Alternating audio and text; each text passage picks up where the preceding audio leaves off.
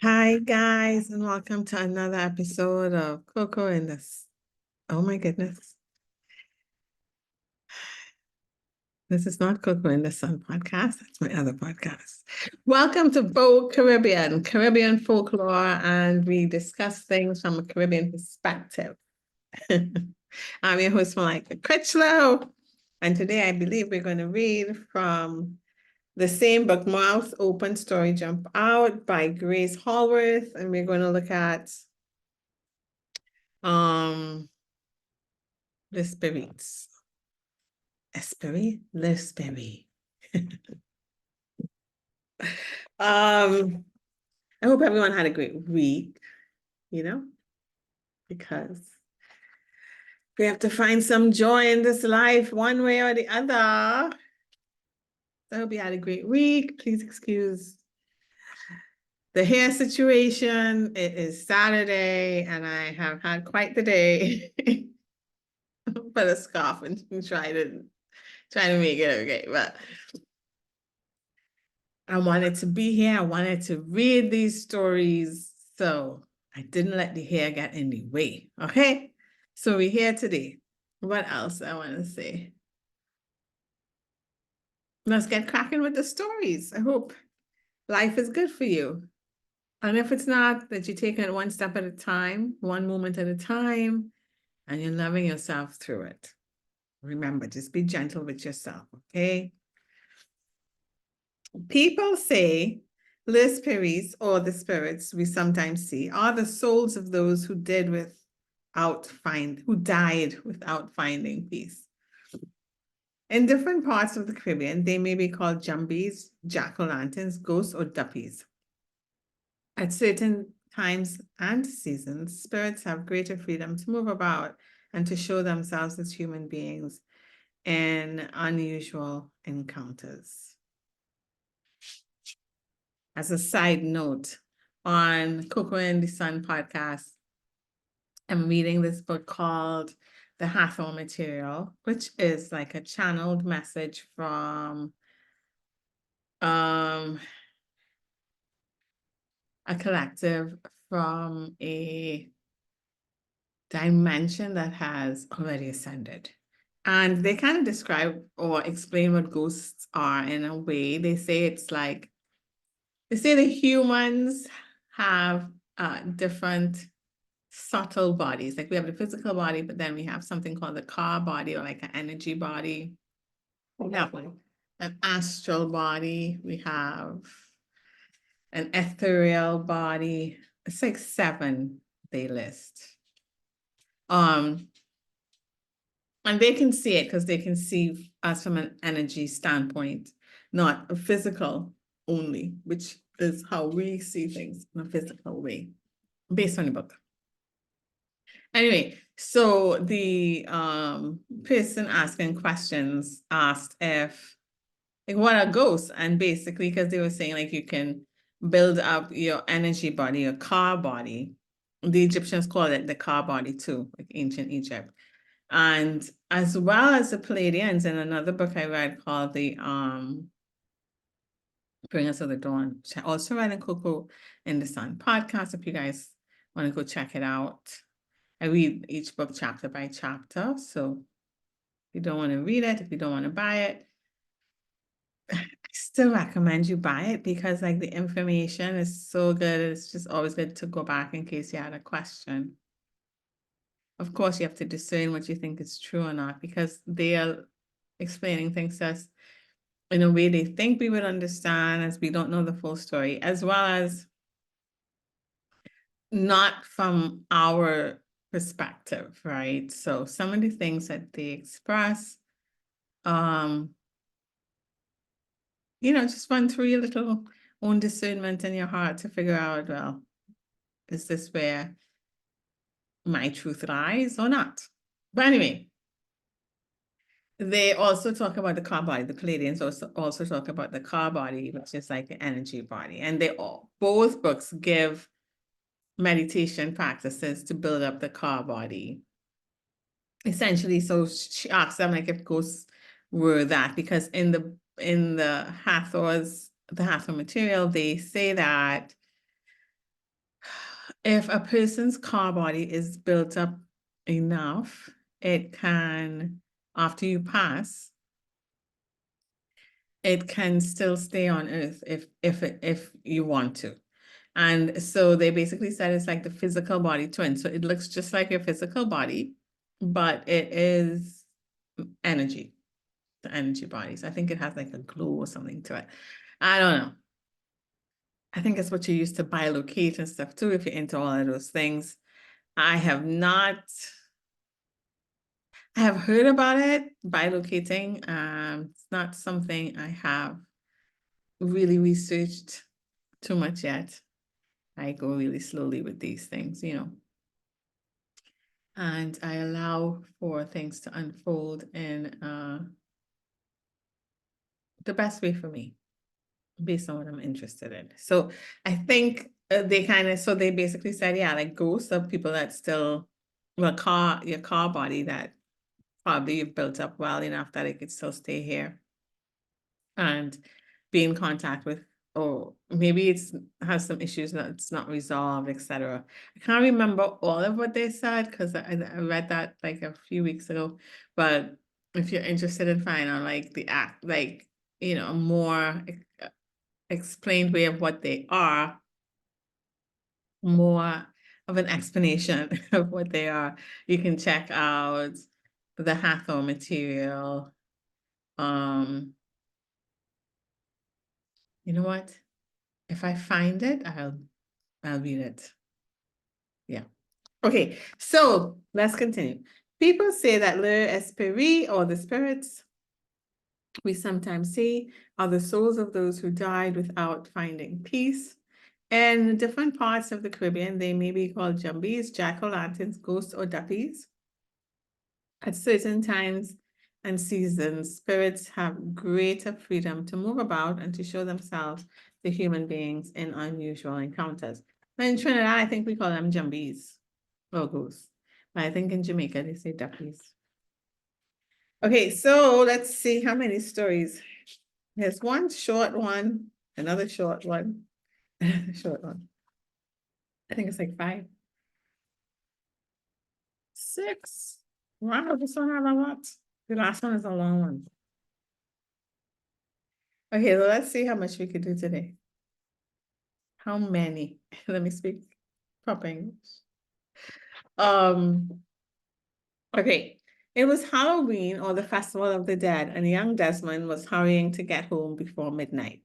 He had to cross a small coconut grove, and it was the last place he wanted to be on a night like Halloween. It was said to be haunted by the ghosts of pirates and buccaneers buried there.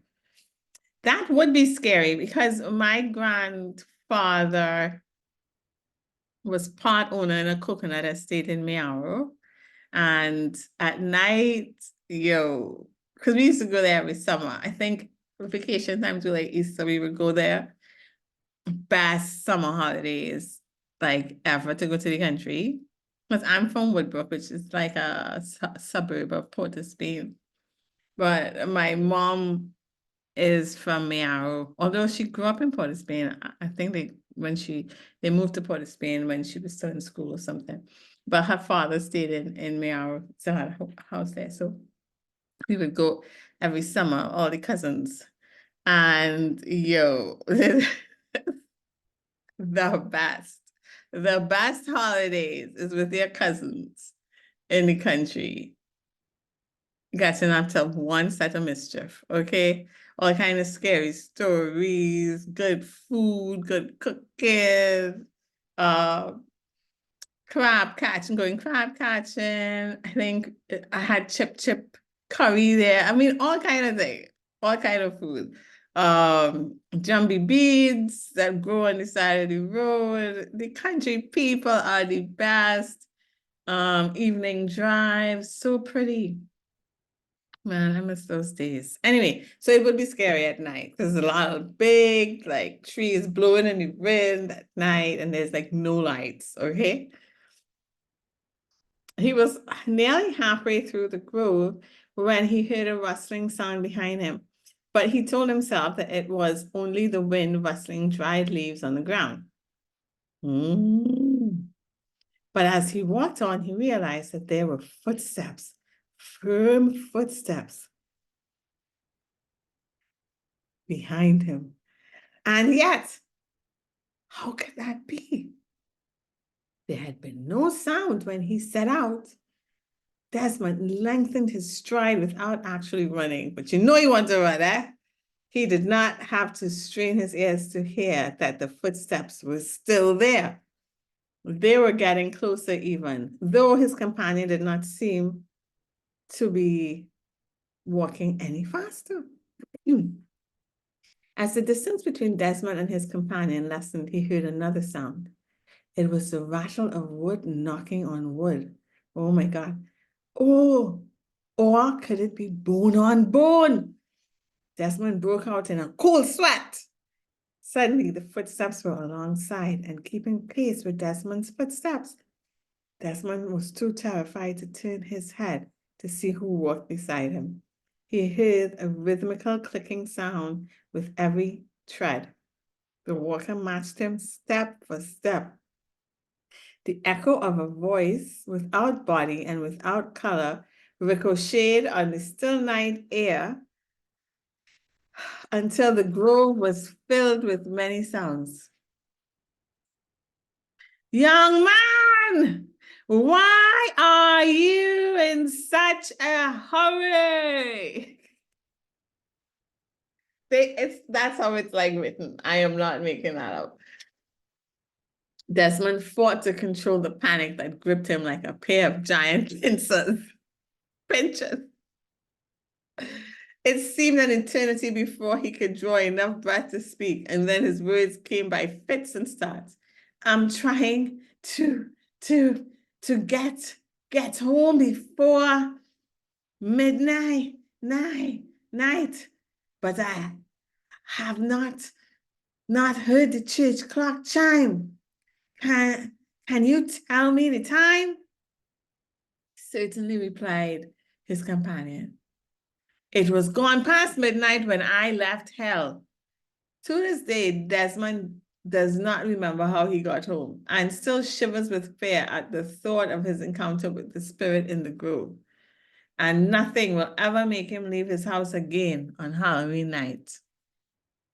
That's some scary stuff, y'all. Okay? I wonder, I have the book, but the thing is to find the thing. I don't know if I have time to find what they say about the car, buddy. Okay. In the days when few people owned cars, and I'm sorry, the name of the story is a new story now. The name of the story is Frederick's Crossing.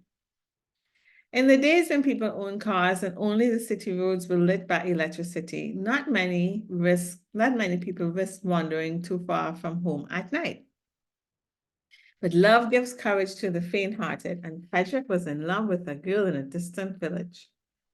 3 times a week, he mounted his horse and journeyed afar to court his fiancée. He had to cross a river to get there, and on the opposite bank of that river grew a silk cotton tree, which was said to be the home of spirits. Though Frederick wasn't a man who was daunted by superstitious belief, neither was he prepared to court danger. So he found a shallow part of the river a few miles downstream from the silk cotton tree and placed some large stones to provide his horse with a firm footing across the river. To this day, the place is called Frederick's Crossing. On Halloween night, which is also called All Souls Night, Frederick was getting ready to visit his fiancée when his mother said to him, Frederick, you know that this is the night for spirits to roam and work their wicked schemes. Why don't you stay home, boy? You see how he hadn't? The mother know. Tell them time and time again. Prevention is better than cure. But no, they had heart and they want to go out, stick break in their ears. So he gone. So let's see what happened. But Frederick had promised his girl that he would visit that night, and he intended to keep his promise. However, To calm his mother's fears, he said, Ma, I promised that I would get home early tonight, long before the spirits start to roam. Well, how he know when they're going to start? What's the time? His mother was not satisfied with his reply. She felt that Frederick was making light of a serious matter. So she said, with all the spirits of the dead and the undead, not to mention those human beings who like to turn spirits at night, how you know what time they will start roaming? You see, that's the same thing I said. How you know when they're going to start? Mm-hmm. His protest fell on deaf ears because stick breaking his ears. You understand? But I was young too, so I remember. Frederick refused to change his plans. When she saw that he was determined to go out, his mother took off her rosary beads and put them around his neck, saying, Son, if I can't stop your foolishness, the least you can do is wear these beads for protection. Frederick set out, and nothing strange happened until he was returning home. First, he came into a terrible storm which turned the dirt road into a quagmire and slowed down his horse. Then the loud peals of thunder and the bright flashes of lightning made the animal so nervous that it bolted from the path, and Frederick spent a great deal of time coaxing it back on the right road. By the time Frederick reached the track which led to the river, it was after midnight. About half a mile from the river, his horse refused to go any further. Frederick pleaded with it. He kicked it, he whipped it, but not an inch would it budge until a flash of lightning lit up the path. The horse was startled into action, but in its panic, it took the last road Frederick wanted to be on. The horse was headed for the silk cotton tree. Long before Frederick saw the tree, he heard a babble of unearthly sounds, a medley of groans, sighs, and weeping. Frederick saw the tree as he came around a bend. It stood out clearly against the surrounding darkness, reflecting a sickly light. Long, colorless hands snaked out of the branches, seeking, beckoning. Jesus. As Frederick rode under the tree, his horse bulked for a moment, and a pair of hands, all bones and cold as death, reached down and touched his head. Frederick knew without being told that those hands were trying to pierce his brain and seize his soul. In that moment, he felt the beads of the necklace his mother had placed around his neck, and he began to pray as he had never prayed before.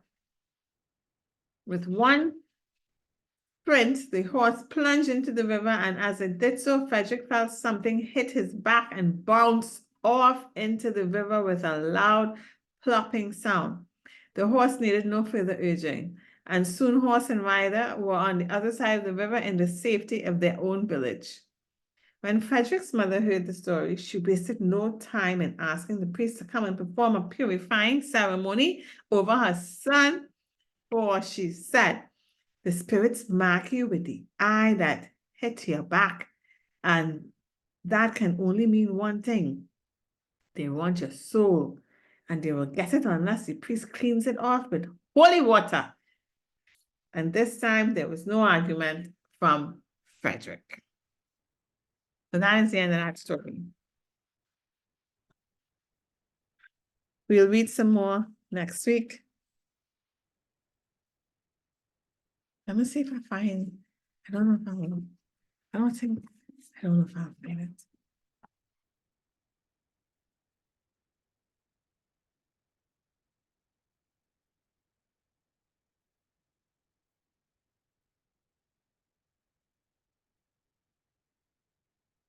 I think it's where they were telling you how to breathe.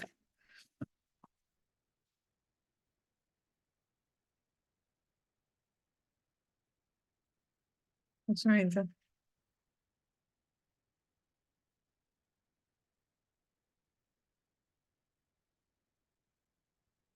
trying to find it. Body car.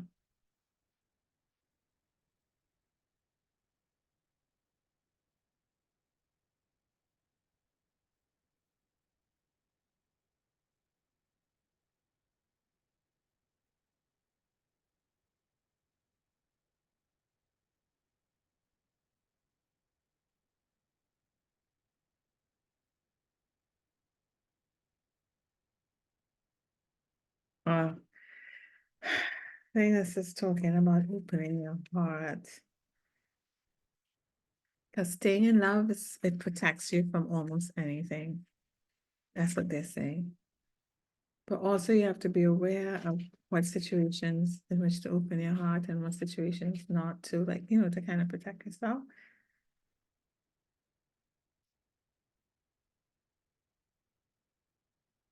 Okay, this is where it says, Virginia. I found it for you guys. So, okay, so this is from the book. This is not a folklore book, though. This is from the book, The Hathor Material by Tom Kenyon and Virginia. It's seen as an esoteric book. I'm being honest with y'all, but I'm a curious individual. Okay, so they said, yes, the Hathor say, understand that the car is the essential fundamental body. The car body can exist even after the physical body dies for a certain period of time, which can be as much as several thousand years. Some of the ancient practices in Egypt were to activate the car so that one survived one's death consciously until one was able to move with full awareness and consciousness up into the higher bodies and realms of awareness.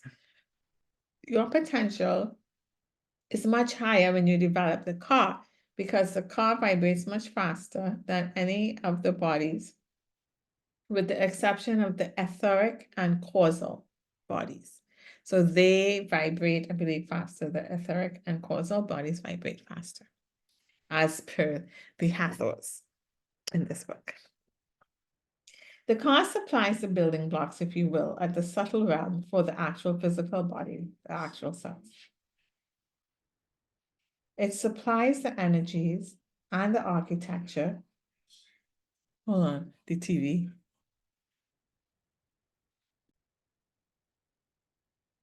Okay, guys, I had to fix the TV then, but I am back. So I think I will start back from where I was talking about. So it says, your potential is much higher when you develop the car because the car vibrates much faster than any of the bodies, with the exception of the etheric and causal. The car supplies the building blocks, if you will, at the subtle realm for the actual physical body, the actual cells. It supplies the energies and the architecture for the mental body and the emotional body, and it also sustains the astral body. If you were to remove the car, those subtle bodies would dissolve. If you were to dissolve the physical body, the mental body, and the astral body, but the car was still strong, the car would remain. So the car is like a master over the lower bodies if you think of it this way. The other bodies become as servants to the car, the pranic body and the life force. That's what they call it, the car. The car is the pranic body and the life force of your being. Then, if one takes that life force and directs it to the higher bodies in service to the etheric, the causal, the monad, the source of all that is, then one has a truly powerful alchemy. It is possible to develop the car without surrender and service to the one source. But of course, that is not our teaching, and it is not what we are here to promote. Virginia, this explains why some of the beings who were quite attached to earthly matters through the lower chakras are visible as ghosts and apparitions after bodily death. The Hathors, yes, and they really do exist.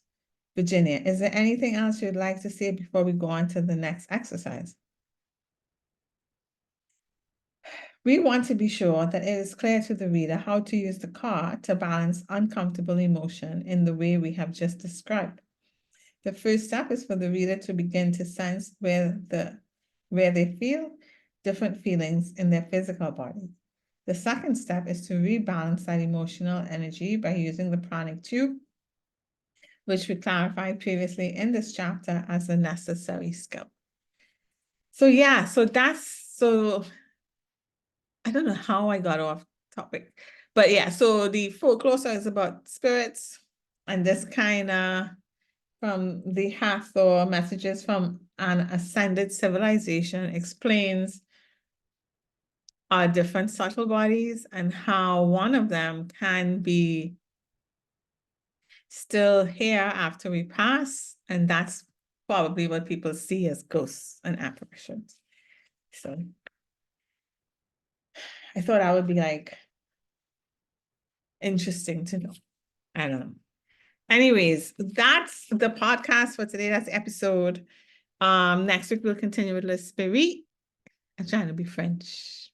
Le Spirit, the spirits, the spirits. And stuff like that. I know that right now it feels like tensions are high, you know, and there's a lot of violence and fearful things in the world, but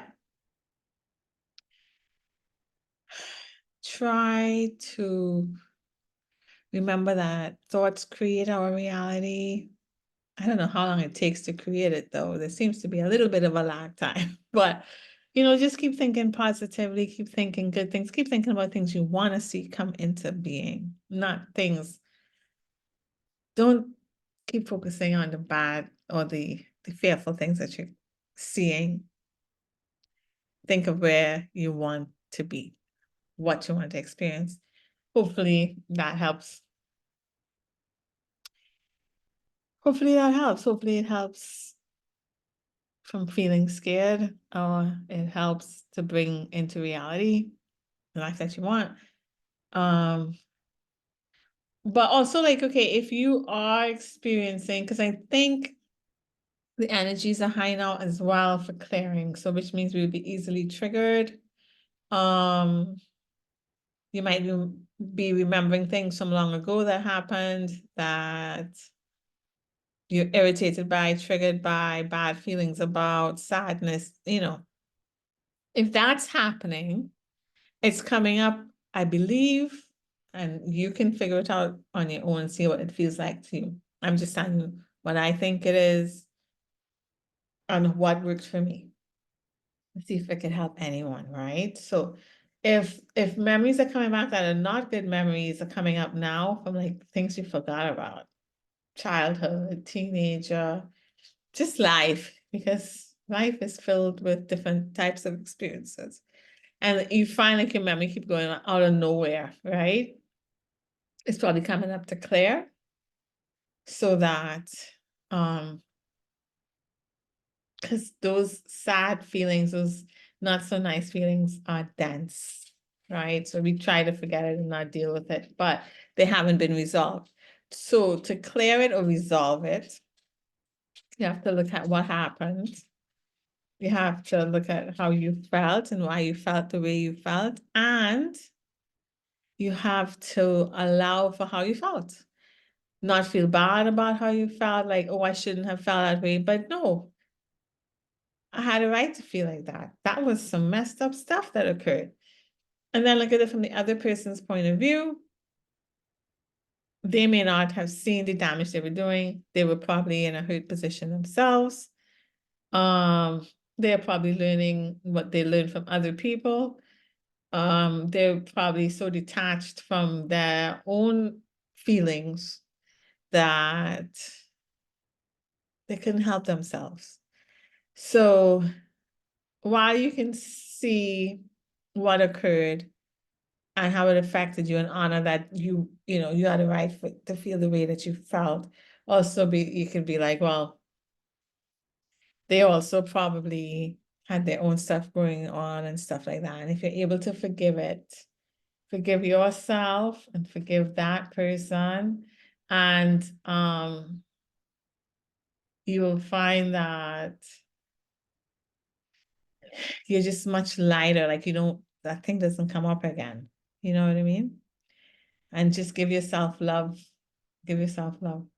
Trying to give an example because I feel like I'm talking in riddles. I'm trying to give an example where uh, um I don't put anybody in a, you know, anybody business out there. You know what I'm saying? I don't care if it's my business. Y'all could know this and this shit happened, this stuff happened, and I didn't feel good.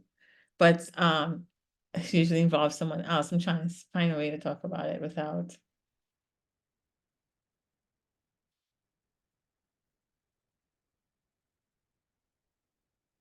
Oh my goodness, why can't I get an example?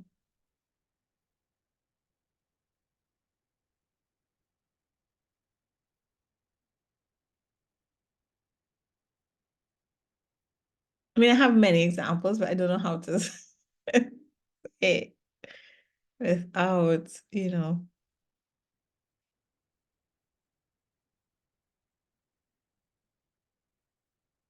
Okay, let me give you this example. They had a very good friend, right? We're very good friends, we get along and stuff like that.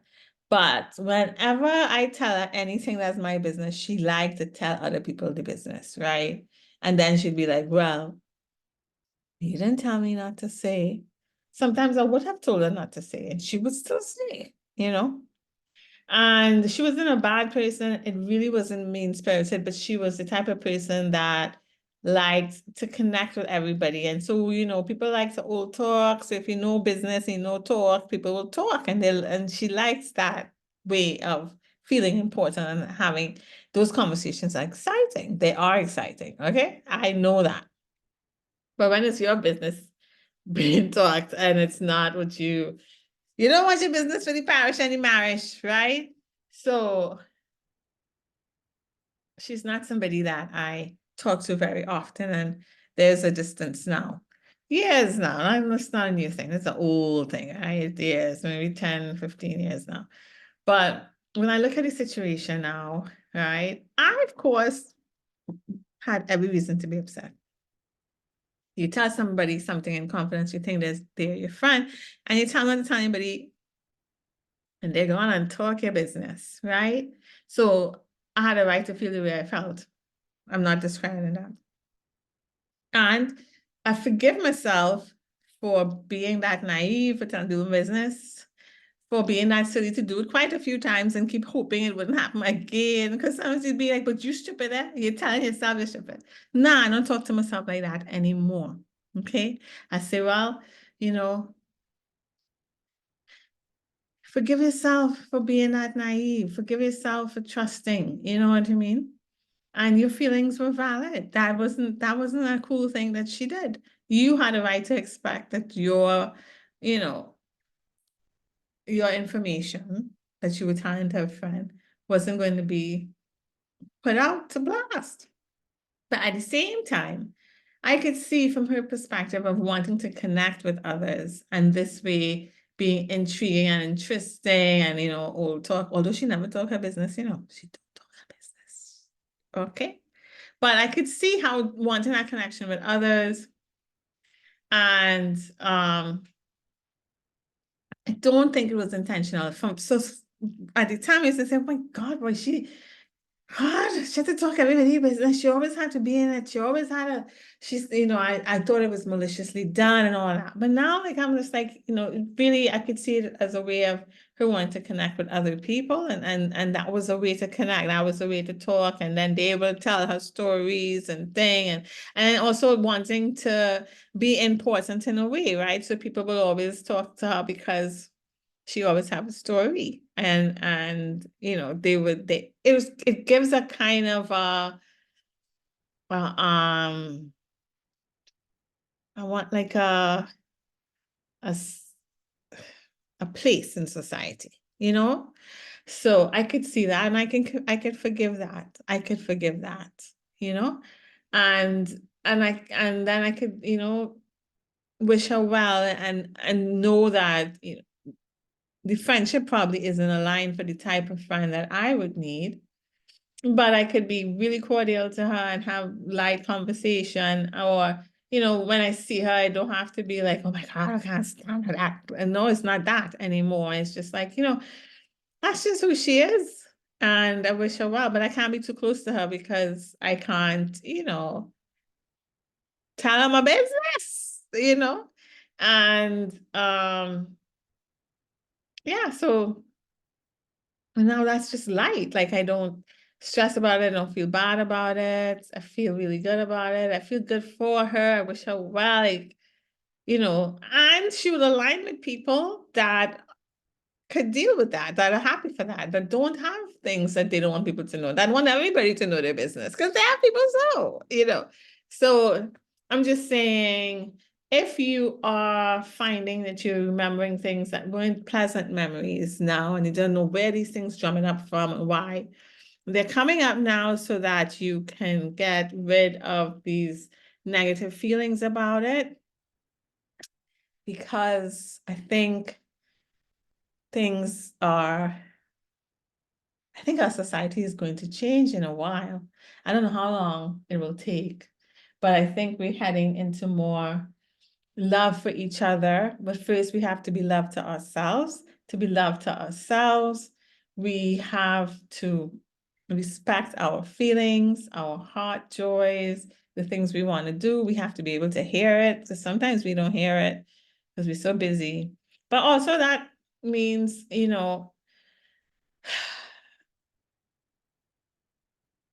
letting go of a lot of the traumas that we have experienced, but retaining the wisdom.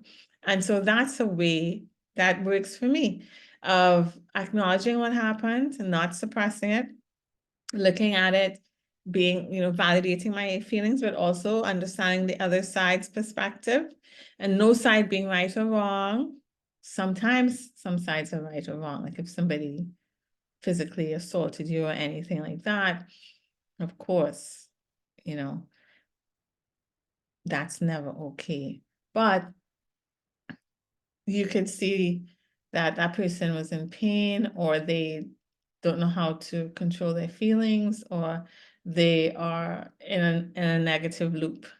And while you don't want to probably engage with someone like that is so out of control, with their physical and their feelings and emotions, you can hope that they find healing, right? And validate your own experience. And then just love yourself through that. Love yourself. Like see yourself as a child that experienced it. Like a lot of times you can see yourself as though you're a child or a child, and you can have patience for yourself.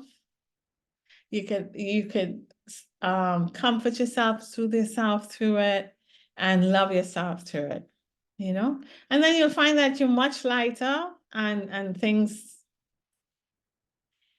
move ahead. Because I think, like, I'm seeing a lot of these murder cases and violence now, not just in America, but any Caribbean. And I think has to do with all these emotions are coming up really fast and hot. And just take a minute and ask, why do I feel this way? And how can I help myself feel better? And if I react to this quickly, would it make the situation worse? Would it really help the situation, or would it continue a cycle?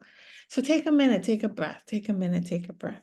And if you are triggered and it's not stopping, and you didn't have time to think, and you reacted, forgive yourself and try again. Just be gentle with yourself as much as you can. So I'm saying, I don't know if anybody's telling anybody in the Caribbean about these things, because I feel like everything's really hot right now and nobody knows why. I mean, we can look at it as society's deteriorating. But why? Because there's less love, right? There seems to be less love. There's more me and mine and F you, instead of all of us together. Together we aspire, together we achieve. So let's keep that in mind. I don't know if that helped. I feel like I went around in a circle, but I trying to convey something good here. And I hope my intention was communicated simply and clearly. I hope so. Anyways, guys, Until next week for our next podcast episode, this is Malika Critchlow from Boat Caribbean signing off. Have a great week, guys. Bye.